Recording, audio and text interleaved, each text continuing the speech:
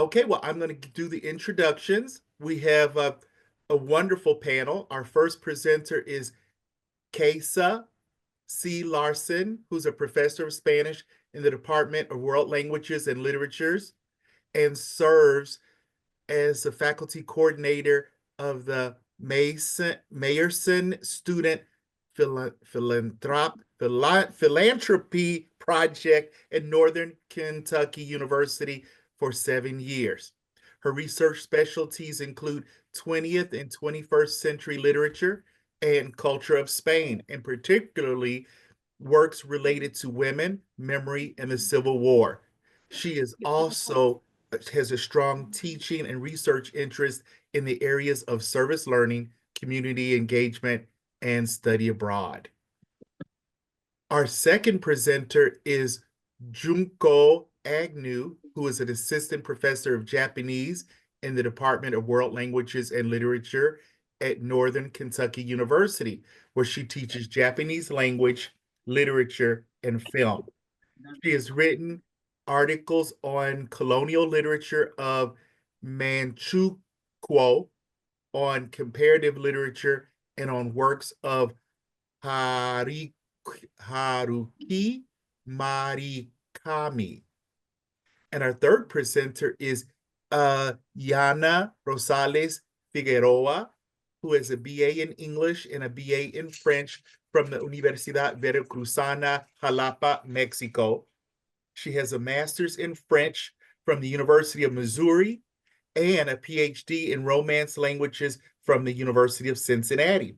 She is a lecturer of Spanish and French at Northern Kentucky University. Yana's research interests include comparative studies on Hispanic and Francophone Caribbean literature with an emphasis on the representation of power, resistance, and space. Her research agenda also focuses on post-colonial studies and 20th and 21st century Latin American fiction. And she has two publications. One is La Mente como Espacio de Poder, Negociando e Imaginando el Régimen Castrista de La Habana, and Reimagining Haiti through the eyes of a 7-year-old girl.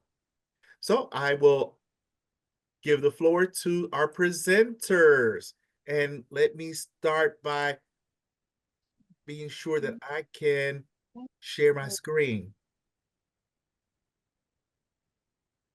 I can put up the PowerPoint too. Oh, go ahead. That will work better. Thank you. Okay. Hello, everybody. This is Kajsa Larson again with my two colleagues. We are here today to discuss some case studies of some advanced level course designs that we have created and taught in our different language courses using a program or through a program that we have on campus involving student philanthropy. And so this presentation will all be speaking about our own experiences. And at the end of the panel, we will discuss the benefits of this teaching approach and also ideas for how you can do it too. So my first slide, I'd like to explain what is student philanthropy. So we all think about the word philanthropy, which is the giving of money to good causes. And so student philanthropy is a learn by giving approach and a way for us as professors to deepen student learning through community engagement and through giving away funding to local nonprofits. The goal of the professor or the requirement of the professor is to connect this community engagement component and philanthropy component to the course topics. And I'll mention also this top logo. NKU has a program that's campus-wide. We have been represented in over 45 different disciplines. And each discipline does it differently, professors in the discipline with the philanthropy program. But so this is a special program that we have at NKU. And there are lots of different ways to do it. This next slide is a flow chart to kind of explain how this Mayerson Student Philanthropy Project program works at NKU. We have donors, both individuals and corporations, that provide $2,000 worth of grant money to individual classes. And so the class is given that money, and the first step is identifying a social cause or need. And then the students have to figure out how to collectively give that money away to a local nonprofit. The other requirements is that this must be a semester-long process. In other words, the professor just can't do philanthropy for a day. It has to be built in to the course throughout the whole semester. It also has to have relevance to the course topic, because that's the whole point of Learn by Giving and deepening the student learning outcomes. Students need to reflect and deliberate, and the investment needs to be student-driven first and foremost. So the professor can't decide ahead of time what nonprofit is going to get the money. It has to come from, that decision has to come from the students. There has to be a chance for reflection and celebration. And all of the things that I described basically are the pillars of service learning pedagogy. So to have a successful class with philanthropy, it's important to have preparation, and I and my colleagues will be discussing how we kind of planned ahead to integrate this component into our courses and in what ways. There also needs to be direct contact between the student and the local community, so meaningful action. And lastly, there needs to be a chance for reflection and celebration. I've taught with the Mayerson Project in several advanced courses, both literature and culture courses, and this is just one example. I was assigned to teach a course on the art of Spain, which I was really excited about because that was one of my favorite classes that I took in my undergraduate. But in thinking about art of Spain, I wanted to first reflect upon how I could make this class more dynamic. In other words, how could I really deepen students' appreciation for art beyond just looking at some images on a computer, perhaps, or taking a virtual tour of a museum in Spain. So how could I get them engaged more with this topic of art and appreciate what art has to offer? So in the left-hand column, you'll see the course content. We read and wrote about significant art and artwork of Spain. We had live discussions with a language conversation coach in Spain. And we talked about how is art found in daily life and why does art matter? In the community, I made connections with a local Guatemalan artist. I also set up an opportunity for students to learn about art therapy and practice art therapy if they wanted. With this Guatemalan artist, we also set up an art workshop, and we visited a museum where there were 2 pieces of art from artists that we read about in the course. For the philanthropy component, students identified needs related to art, and I'll talk about that in a little bit. We researched nonprofits. Students visited one nonprofit. They reflected and advocated for one of the needs and one of the nonprofits, and they voted to invest the funds. And let's see. So our philanthropy project started in week 3, and it began with students. I tasked students to engage in internet research about how art benefits the community. And we created a list on the board. And the social needs that we identified related to art were health, storytelling, and community improvement, professional opportunities, and education. Students divided themselves into these 4 groups, and each studied, had to research these areas and how art helps these topics in the local community. Between week 4 and week 11, each of these groups had to visit a nonprofit related to the social need that they signed up for in week 3. And they had to prepare a written reflection about the experience in Spanish. And then at the end of that written reflection, each individually had to answer the question, does this nonprofit need the money? At the end of the semester, starting in week 12, we did group presentations that synthesized course materials with the student philanthropy, the community engagement. I gave all of my students, these presentations were in Spanish, and I gave all of my students a chance to have an elevator talk in English before voting as a way to recap the ideas that they put forth in the presentation and to advocate for the nonprofit. And in week 15 of every semester, our Mayerson classes get together campus-wide. We have a campus-wide celebration to find out what classes gave the money and to where. We ended up investing in a youth orchestra and also a public library program. And my concluding thoughts, here are some quotes from students that took the class. And they really appreciated this dynamic involvement. They felt that they were able to enrich their learning and appreciation of art by seeing what was available in the community. They learned more than just about Spanish art, but they learned about nonprofits. And as with any teaching approach, there are always some limitations. The one unfortunate thing with this class is that I couldn't limit the nonprofits to be only servicing Hispanics or Spanish speakers. So the last comment was somebody from the class who wished that we would have only had a little bit more of a focus on Spanish art programming in the local area.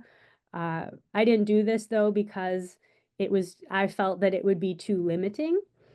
So I really drew upon or asked students to kind of make their own connections between the course content and art as kind of a broader topic.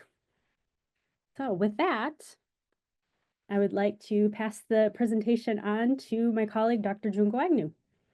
Thank you very much. Hi, everybody. My name is Junko Agnew. So my case study is the Japanese drama course with the Mayerson component. So how do you? I can, do you want me to stop sharing and you put it up and then you have the controls? Sorry about that. Or do you want me to just change the slide for you? Okay, I'll put up my Okay. slide. Okay. Stay tuned. Can you see it? Mm-hmm. Okay, good. Uh,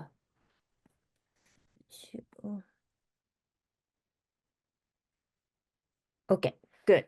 So this course was offered in fall of 2024. The third year, fourth year Japanese students participated. And then the course theme was poverty and children. So there are drama component and Mayerson component. So for the drama component, the students watched the Japanese drama series. They watched one episode per week. And in addition to the drama, they also watched some documentaries on social issues in Japan, including child poverty, homelessness, LGBTQ, or social withdrawal. So each class, I would give lecture on social issues or Japanese grammar. And when we discussed the Mayerson project, I gave lecture on business ethics or how to write business emails in Japanese. And those lectures were followed by discussions on a drama or documentary, or they will report their progress on a Mayerson project. And these are some scenes from the drama and documentary. So drama they watched is called Escaping from Poverty. It's actually a comedy, very funny, funny show, but it addressed all the things we talked about, the child hunger, bullying, but it was perfect because it was set in a corporate world too, a little bit similar to Pursuit of Happiness. So students could learn social issues in Japan while at the same time learning corporate culture in Japan. So they liked it quite a bit.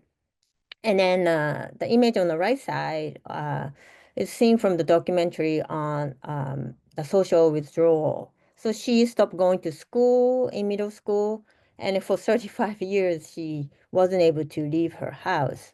So students could relate to what children have issues in when they're in teenagers. And then the Mason component, students worked with Japanese nonprofit organizations. So when I offered this course 2 years ago, students worked with local nonprofits in greater Cincinnati area. That was great, but they used a lot of English because nonprofits, the representatives were American.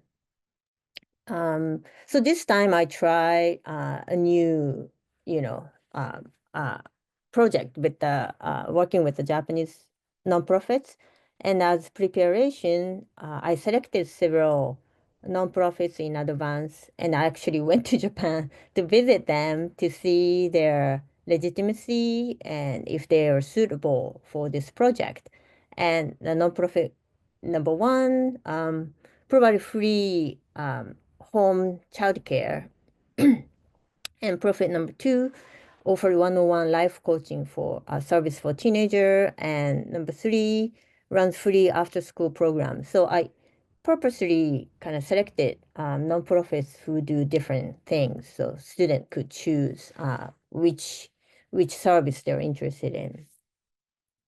And then while I was there, I also asked them if they were willing to take our students as volunteer while, when they go to Japan for studying abroad. And they all very excited to take our not kids, students.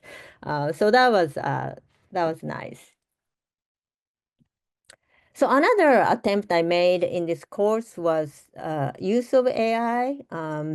I have been anti-AI for a long time. I told students, don't use AI, don't use AI, and always policing. But after taking a workshop on AI, I changed my mind. And in this course, I actively encourage students to use AI. So, to be frank, students wouldn't have been able to complete those assignments without AI because they had to read, the nonprofit's website, which was all in Japanese, pages and pages of information. So they could translate them or just click, English version and then could gather information. And then they had to compose emails in Japanese and then use AI to revise them. And then they listed questions they want to ask during a Zoom meeting with nonprofits. And then again, use the AI to revise their questions.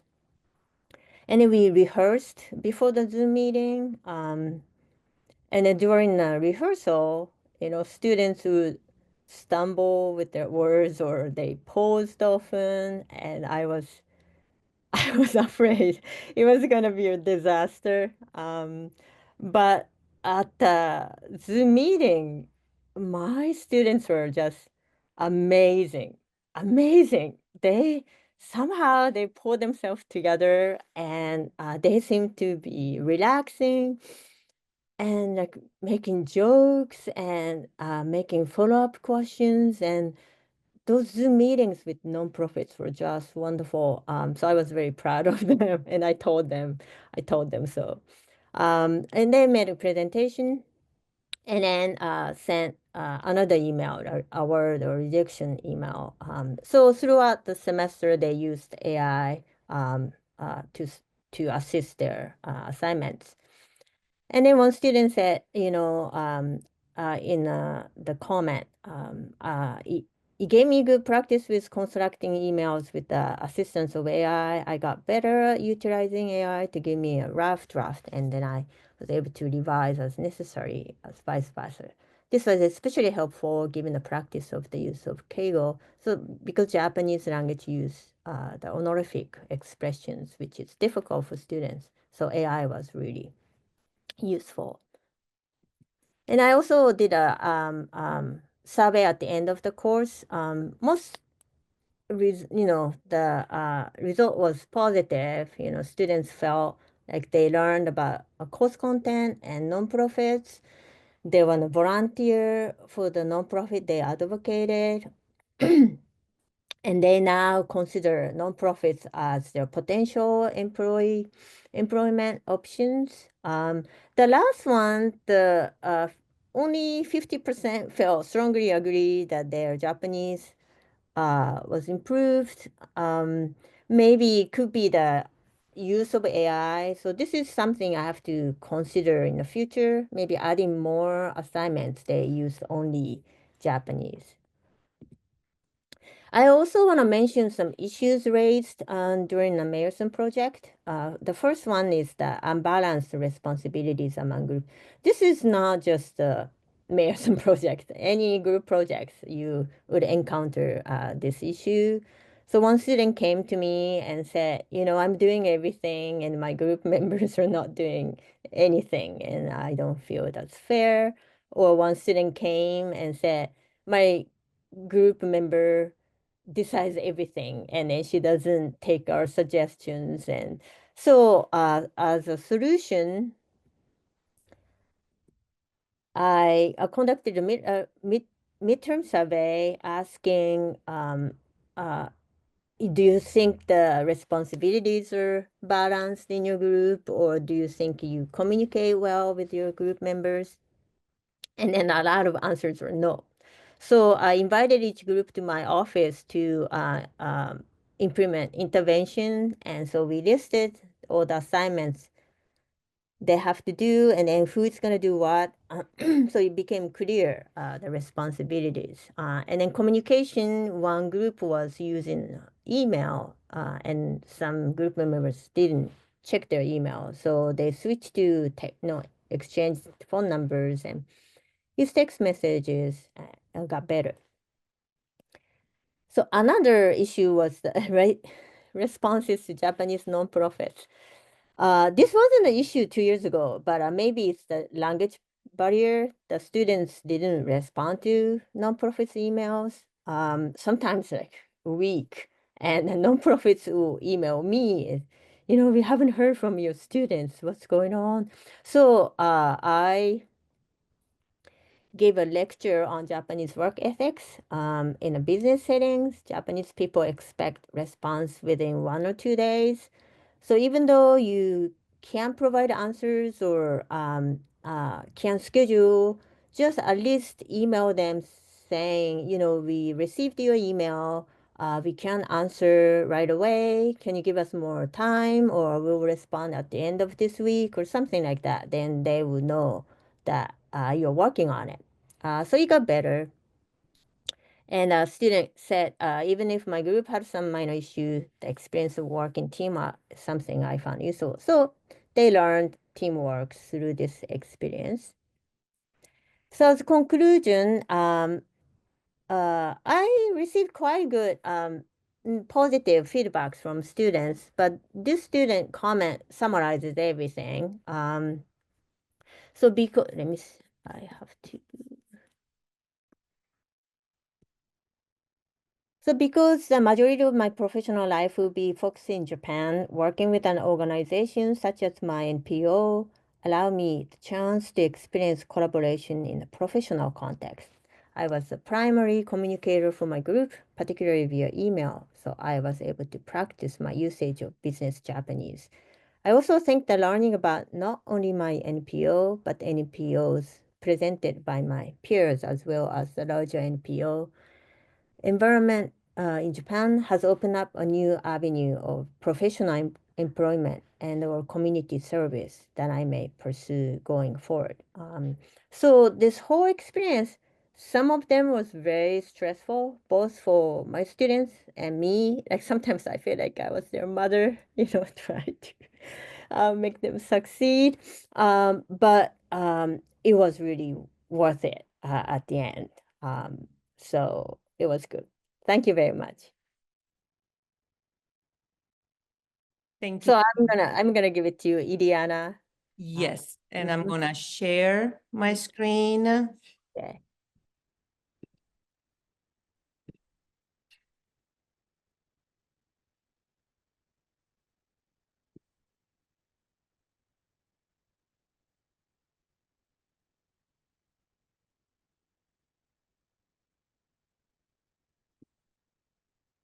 Okay, can you guys see my screen? Yes, Yeah. we can.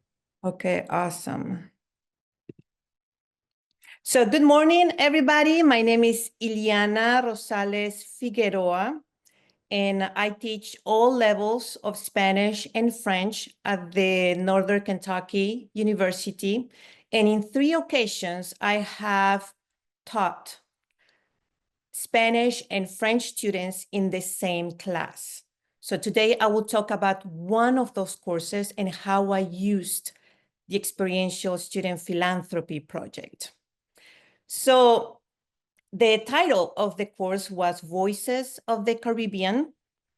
And we examine this region of the world is perfect for this type of class where you have Spanish and French students. So we explored the Francophone and Hispanophone islands of Cuba, Haiti, Dominican Republic, Puerto Rico, Martinique, and Guadeloupe. We talked about a lot of themes such as legacies of slavery, colonialism, individual and collective trauma, poverty, immigration.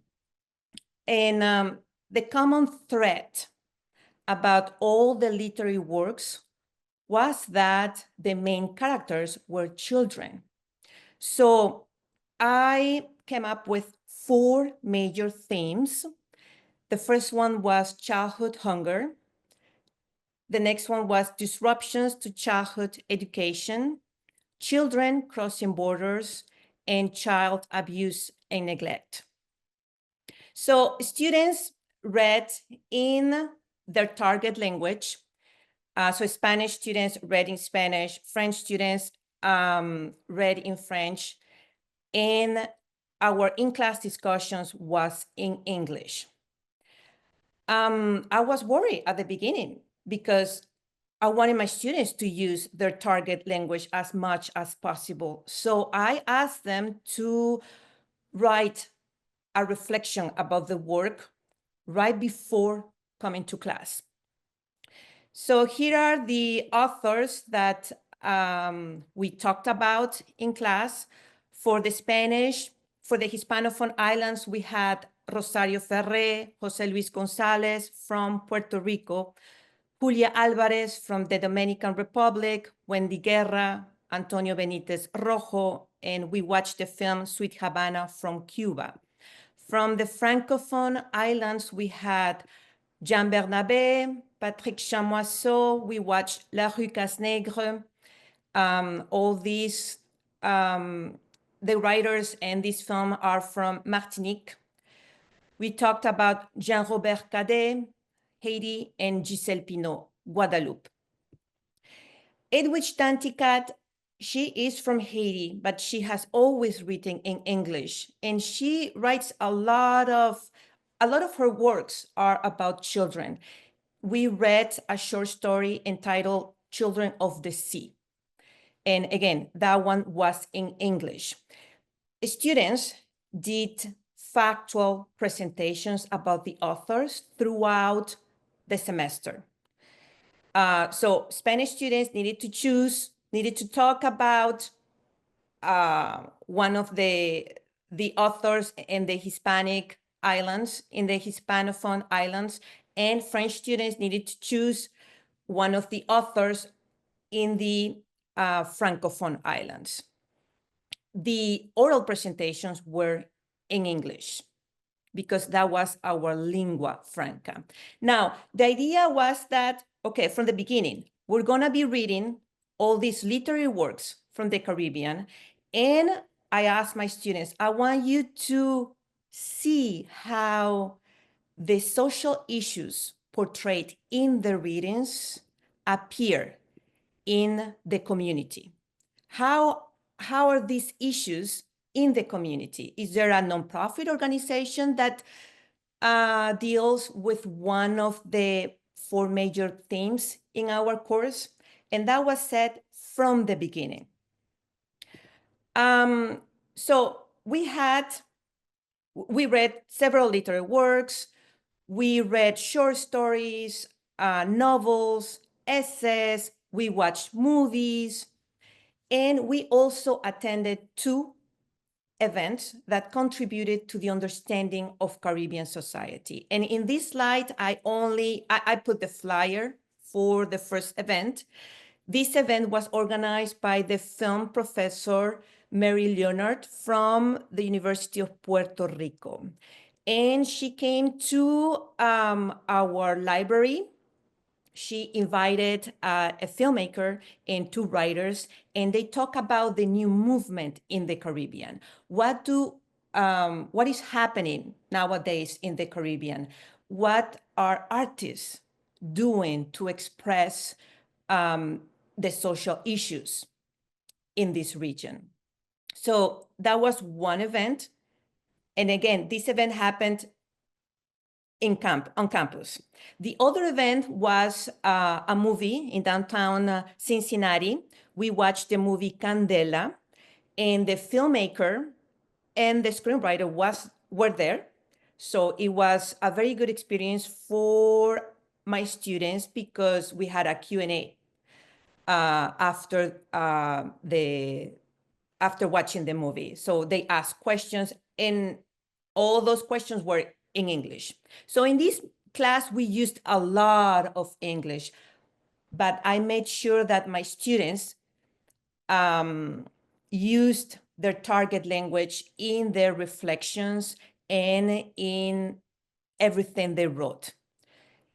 So here are the steps for the Meyerson project. At the beginning of the semester, we had a library instruction. We learned how to look for nonprofit organizations in the area. It was very important that my students knew from the beginning that they needed to choose a 501c3. I told them from the beginning, okay, this class has $2,000. It is your job to find a nonprofit organization that deals with one of the 4 major themes in the course, and you're gonna give that money to this organization. Students felt very empowered from the beginning. It was their decision, like my colleague, Dr. Kajsa Larson said, it is their decision. It was not my decision. I never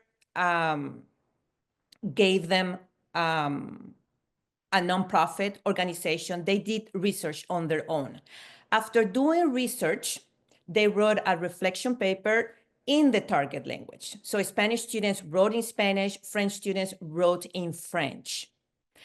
And they had an action plan. I organized the class in 4 teams. In each team, I had Spanish students and French students. I want them to work together. And it's very rare in our department that French students and Spanish students work together. So they liked it.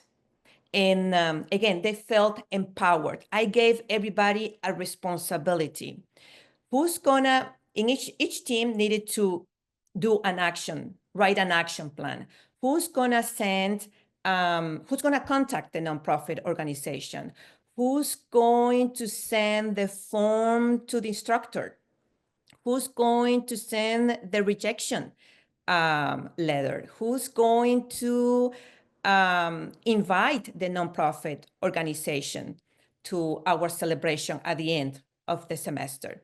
So luckily, each team did wonderful. And I think the action plan, in my case, helped a lot. After that, students did a site visit. So they visit the nonprofit organizations. They ask questions. I told them to ask a lot of questions, and more importantly, to ask, how are you going to spend this money? And they talk about their site visit and their experience in their second reflection paper. They wrote it in their target language. At the end, they did a group presentation in English about the 4 nonprofit organizations, and they voted. But again, it was the students who voted, and the winner of the class was Esperanza Center, which is a nonprofit organization in Covington that helps a lot of the growing Hispanic community.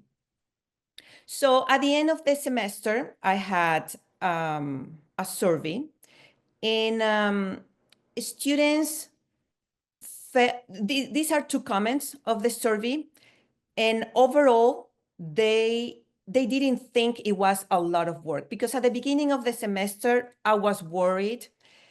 Like Dr. Kajsa said, the first pillar of the Meyerson project is preparation. So you really need to prepare very well your course. And I think I did it, but you never know. You never know how students are going to react. So at the end is when you know. And this survey helped me to know that it was not a lot of extra work on top of classwork. The other question was, how did this project relate to your course material? And I got positive responses. Students felt that it was well incorporated. Okay, I think that's all. Thank you so much.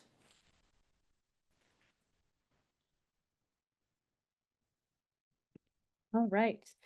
I will share my screen. Oh, Yes. or you could just, we could click from your computer too, if you want. Okay, yes. Let me find. Uh-oh, what did I do? What did I do? Can you guys see my screen? Perfect. Yes? Yes, we just have 2 more slides to. Okay, yes, this one. Here it is, yes. Okay, so just to wrap things up before we answer any questions that there might be, we administer a student pre-survey and a student post-survey. So at the beginning and the end of every semester for all Meyerson classes. So the student comments that all of us have been discussing have come from this survey. Which is optional, by the way, but most students are really good at filling it out. We have used this, we have it IRB approved, and the data is de-identified, meaning we don't know what particular student submitted, what comment, but we have run some statistical analysis, both quantitative and qualitative research about student survey results. And the consensus is that from this survey, we know that students learn about community needs at a very high level. So the variation between the beginning of the semester and the end of the semester with their awareness of community needs grows incredibly a lot.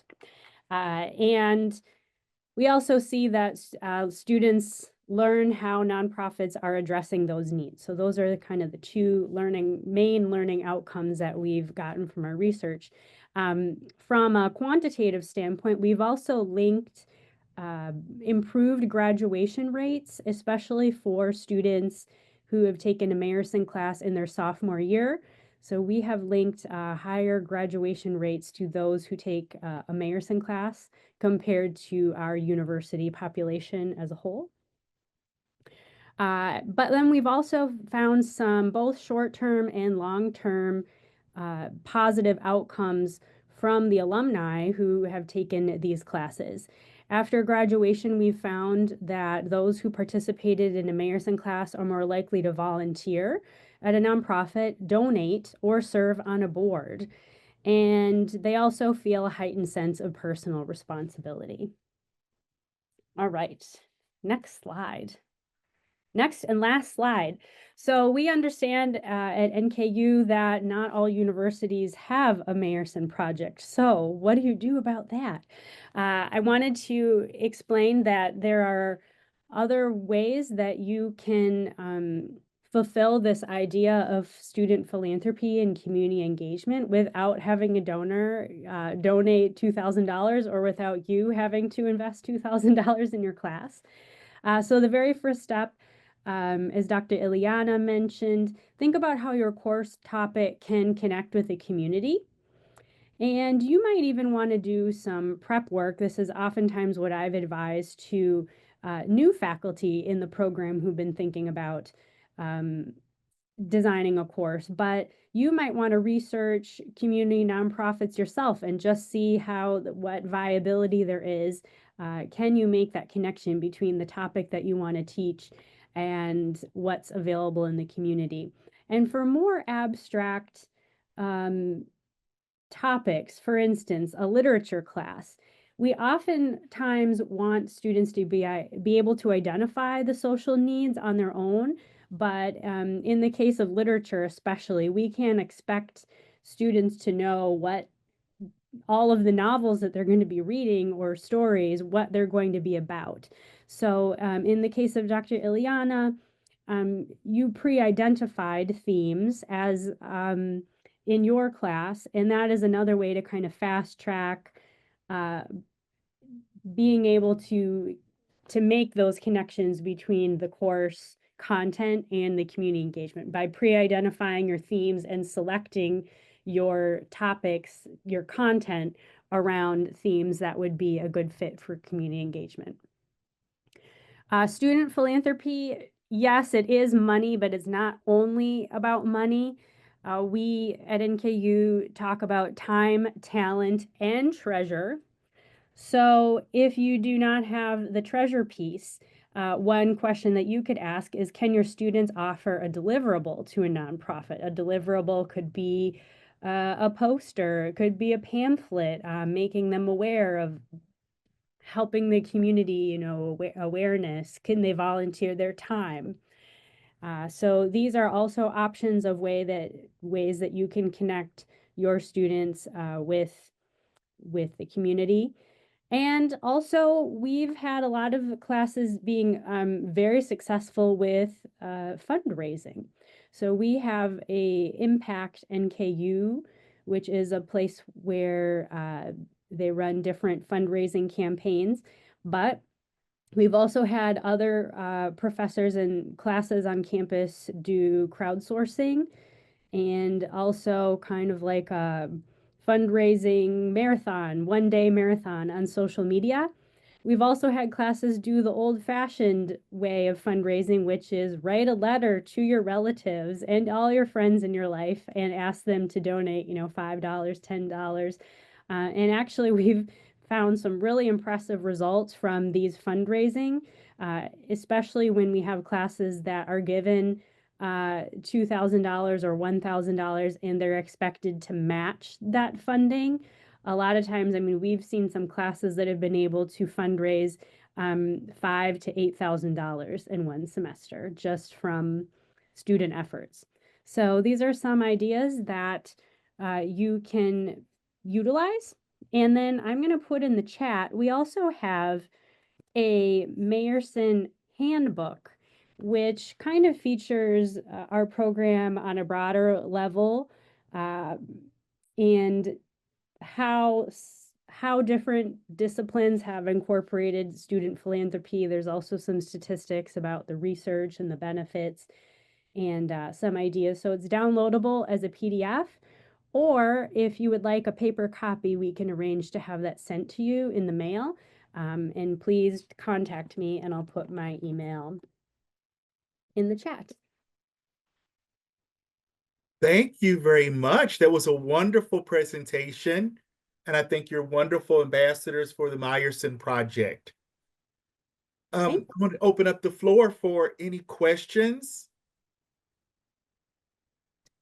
And I will start off because I have a question. It sounds like the foundation gives the students kind of come up with a description of a project, they submit it, and the Meyersons will give $2,000. Is that correct? So each semester, faculty self-select to be part of the program.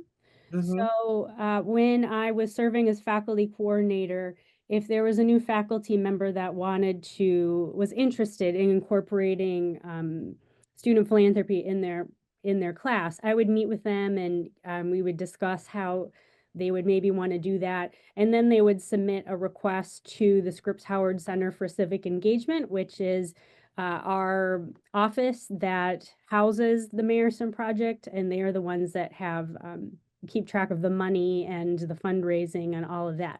So we get together a list of classes or requests from faculty who'd like to teach in the program. It changes semester to semester based on teaching schedules and availability and other things going on in professors' lives. And on average, we have had about 15 classes per semester participating in the program, but we've had up to 30.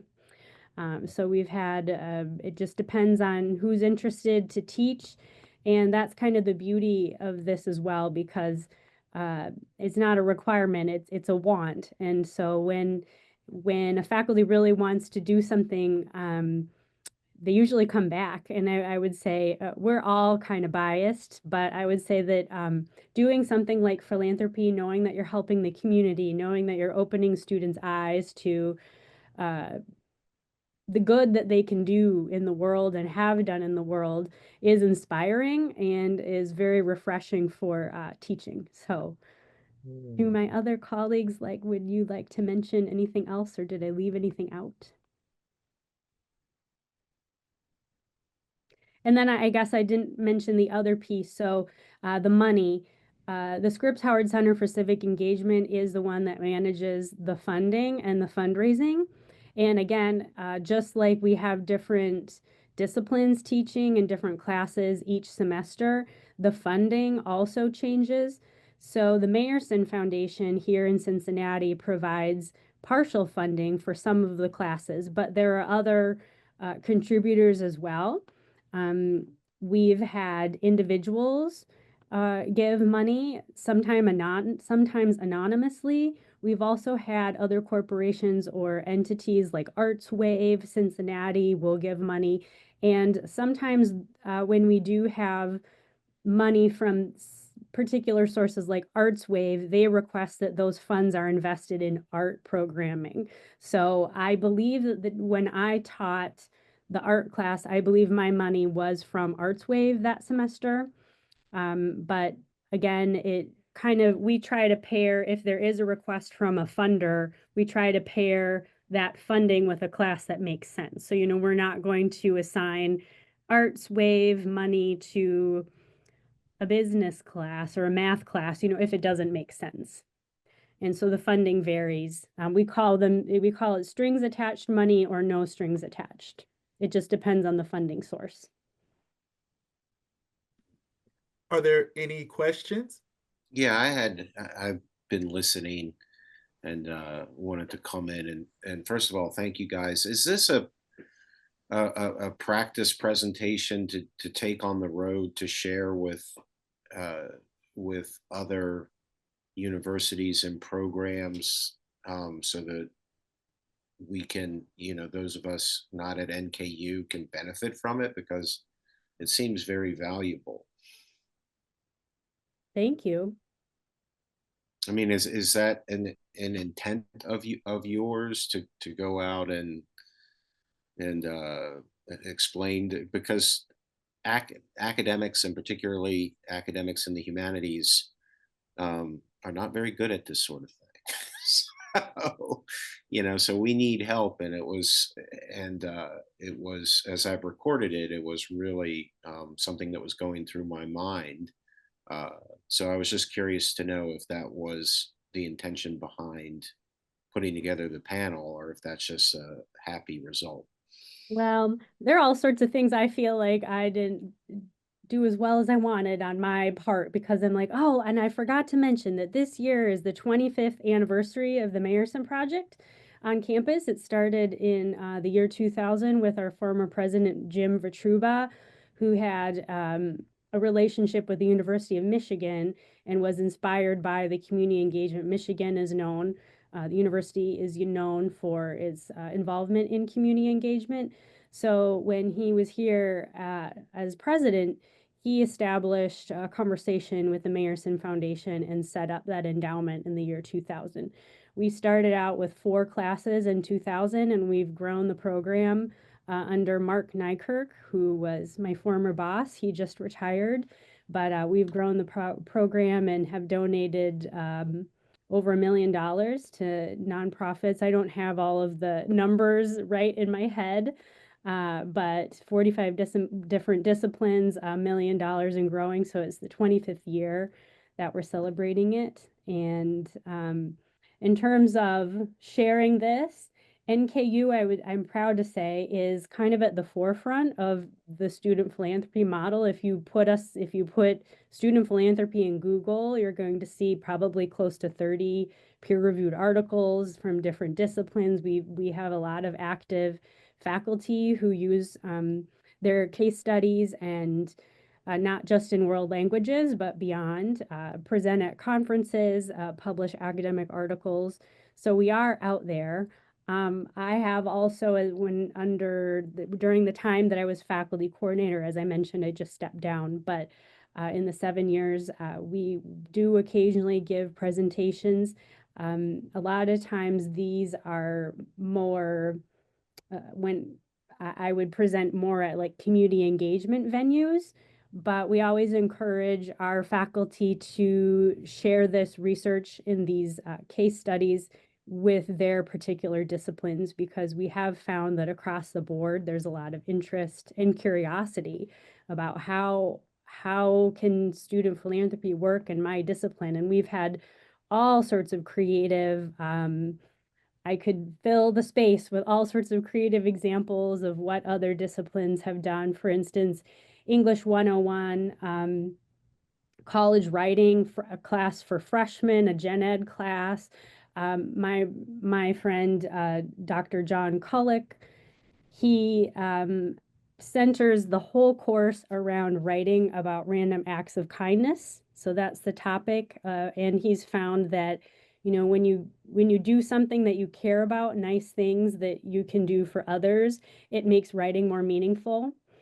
Another theater professor, Ronnie Chamberlain, here at NKU, she teaches a class on costume design. And so traditionally that class the students would make one costume for like a full size, a human size mannequin.